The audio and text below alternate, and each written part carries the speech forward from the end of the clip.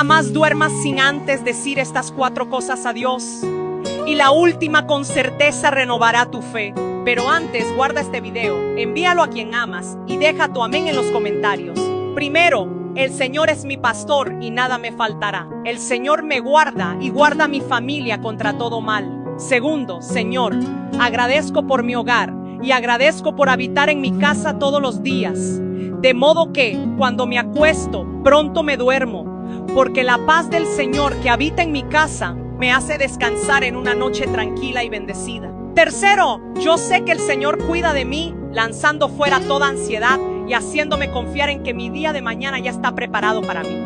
Cuarto, Señor, todo lo que hice que te desagrada, vengo aquí con mi corazón arrepentido, pidiendo perdón para que pueda ser purificado por tu gracia y así pueda dormir en paz, sabiendo que el Señor me ama y me perdona. Amén.